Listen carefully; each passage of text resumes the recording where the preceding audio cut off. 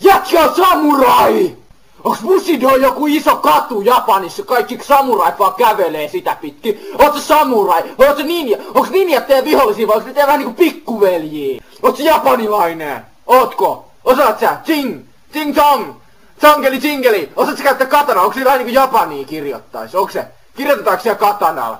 Vetääks ne vaan riisiä? Miten ne pystyy vetämään riisiä sellaisilla puikoilla? Onko ne puikotkin? Onko samurait, käyttääkö samurait katanaat puikkoin? Ei ku, mitä ihmettä? Mitä? Oot sä japanilainen? Häh? Mitä ihmettä? Oot sä ninja? Ninja! Onko Japanissa paljon semmosia temppelejä?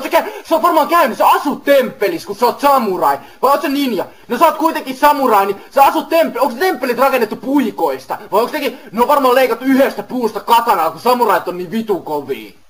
Miten ne voi rakentaa niin isoja kultaisia temppeleitä semmoiset bonsai-puista? Nää kituu ne bonsai-puut. Onks siellä bonsai-kissoi? Joo, se kissoi. Oot sä bonsai-samurai? Sä oot kasvatettu pullossa. Sä oot bonsai-samurai, kyllä.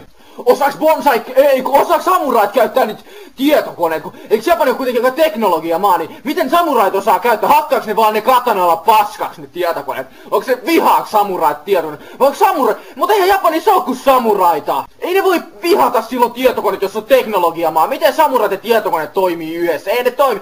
Samurait vaan hakkaa niitä ja ninjoja, kun ninjat on niiden pikkuveljiä. Tietokoneet jää vaan ihan yksin sinne. Onks niinku aina ennen ollut siellä niitä klaanisotia, niinku eri klaanien samurait taistelee siellä Bushidolla, niin, mut onks nyt on niinku samurait vastaan tietokoneet? Pärjääkö samurait tietokoneille?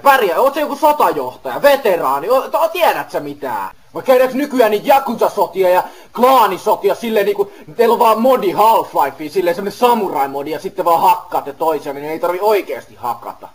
Säkin oot varmaan läski. Niin, läski-samurai. Et sä mitään katanaa osaa käyttää. Leikkaa sillä katanalla sun läskit pois. Nörtti. Läski. Samurai. Nippon.